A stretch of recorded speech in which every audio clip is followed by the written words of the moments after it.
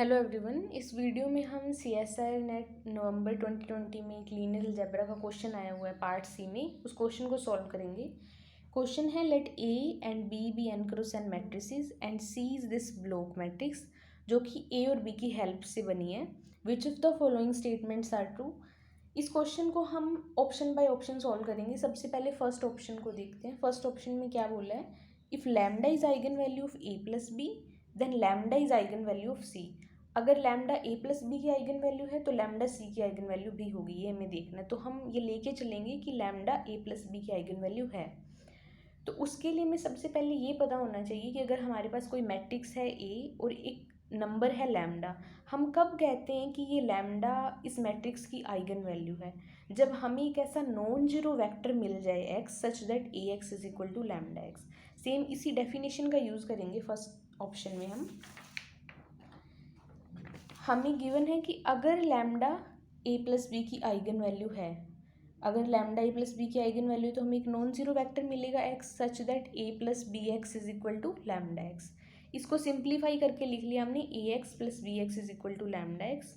इसको इस तरह से भी लिख सकते हैं, B x plus A x is equal to lambda x. अब ये दो हमें इक्वेशन टाइप में मिल गया। अब इसी को हम मैट्रिक्स फॉर्म में लिख लेते हैं, ए बी एक्स और जो वेक्टर है x is equal to lambda times x x. ठीक है। अब जो ये हमें मैट्रिक्स मिली है ये और कुछ नहीं है, जो हमें क्वेश्चन में ब्लॉक मैट्रिक्स गिवन थी ना वही है। ठीक है। अगर हम इसको कैपिटल एक्स मान लें, ये हमारा हो गया सी, ये इसको कैपिटल एक्स मान लें, ये लैम्डा और ये भी कैपिटल एक्स हो गया, तो ये जो आइगन वैल्यूज़ की डेफिनेशन होती है वैसे नहीं लग रहा।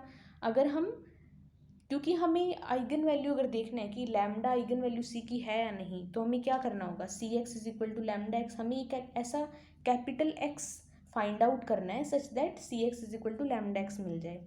तो हम इसको सी मान लेते हैं, कैपिटल एक्स इसको ही ले लेंगे, capital x is equal to small x. तो C x is equal to lambda x मिल जाएगा हमें। तो इसका मतलब लैम्डा आइगन वैल्यू है सी की। हम मान के ये चले थे कि लैम्डा ए प्लस बी की आइगन वैल्यू है, हमें क्या मिल गया, लैम्डा सी की भी आइगन वैल्यू है। ठीक है। तो ऑप्शन फर्स्ट जो है वो करेक्ट हो गया। अब सेकंड ऑप्शन है, if lambda is eigen value of A minus B then lambda is eigen value of C. Same जैसा ऑप्शन फर्स्ट है वैसा ही है, बस यहाँ माइनस आ गया। तो हम ये मान के चलेंगे कि लैम्डा ए माइनस बी की आइगन वैल्यू है। सेम जैसा फर्स्ट ऑप्शन में प्रोसीजर किए वैसा ही करेंगे। तो हमने माना lambda is eigen value of A minus B, इसका मतलब हमें एक नॉन जीरो वेक्टर मिलेगा such that A minus B x is equal to lambda x. इसको सिंप्लीफाई किया, A x minus B x is equal to lambda x. अब दोनों side minus से मल्टीप्लाई कर दिया हमने। माइनस से मल्टीप्लाई करेंगे तो हमें क्या मिल जाएगा, B x minus A x is equal to minus lambda x. ठीक है। अब हम क्या करते हैं, जो ये माइनस वाली टर्म है ये एक्स के साथ रखते हैं। ठीक है। तो ये मिल गया A x plus B of minus x is equal to lambda x, B x plus A of minus x is equal to lambda of minus x. Again तो जो इक्वेशन की फॉर्म में मिल गया, हमें इसको मैट्रिक्स फॉर्म में लिखते हैं हम। तो ए बी ए, यहाँ पे एक्स और माइनस एक्स है, तो एक्स और माइनस एक्स, यहाँ लैम्डा एक्स और लैम्डा ऑफ माइनस एक्स। ठीक है। अब अगेन ये तो हमारी मैट्रिक्स हो गई सी। इसको अगर हम कैपिटल एक्स मान लें, लैम्डा यहाँ से कॉमन ले लें, lambda times of x, again वही मिल गया हमें, C x is equal to lambda x. ठीक है। तो हमें यहाँ, अब यहाँ पे एक्स हमारा क्या है, एक्स हमारा ये है, एक्स और माइनस एक्स।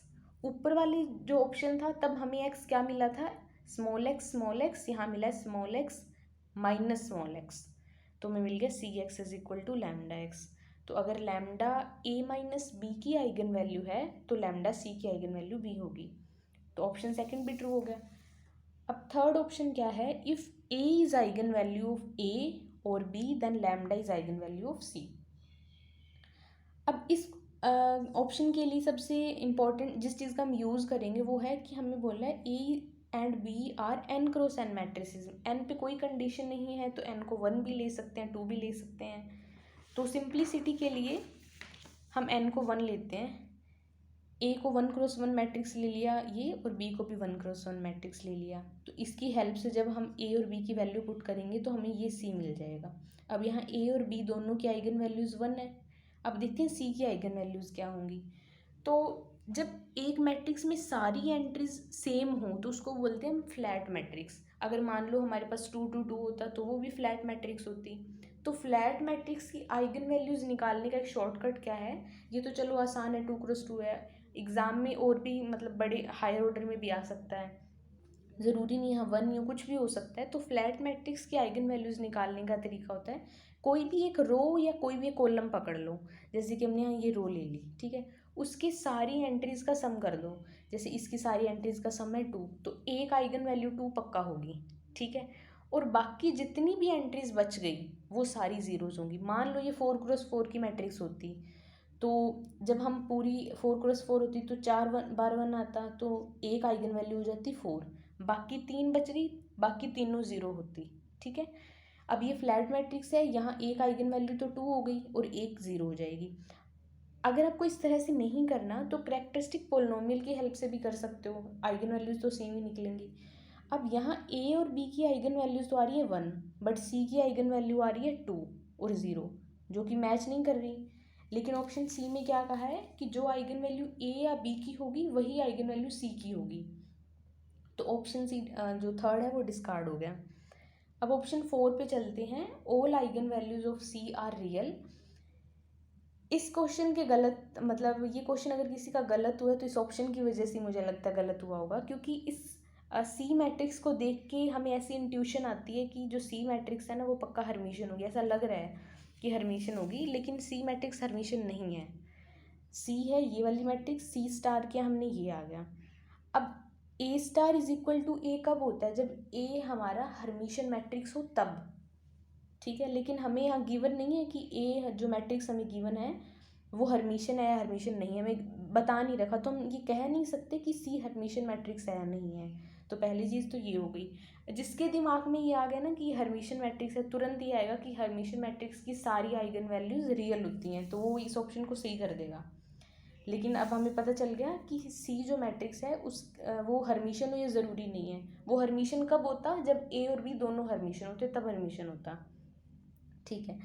अब हम मैट्रिक्स ए को ले लेते हैं ये, और बी को ले लिया ज़ीरो मैट्रिक्स। जब क्वेश्चन में जिस हिसाब से हमें इनकी प्लेसिंग दे रखी है उस हिसाब से जब सी मैट्रिक्स लिखेंगे, अब हमें सी की आइगन वैल्यूज़ देखनी है, तो सी स्क्वायर किया तो माइनस आई मिल गया, C square plus I equal to 0 हो गया। तो इसकी आइगन वैल्यूज़ क्या होंगी, इसकी आइगन वैल्यू मतलब अगर कोई मैट्रिक्स किसी इक्वेशन को सेटिस्फाई करता है तो उसकी आइगन वैल्यूज़ भी उसको सेटिस्फाई करती हैं। तो इसकी eigenvalues lambda square plus 1 equal to 0, तो लैम्डा की वैल्यू प्लस माइनस आई बन जाएगी, क्योंकि 4 हैं तो प्लस माइनस आई रिपीट होगा। अब सी की आइगन वैल्यूज़ रियल तो नहीं आ रही यहाँ पे, इसका मतलब ऑप्शन नंबर 4 है वो भी डिस्कार्ड हो जाएगा। तो थर्ड और फोर्थ डिस्कार्ड हो गए, option number 1 and 2 are correct option.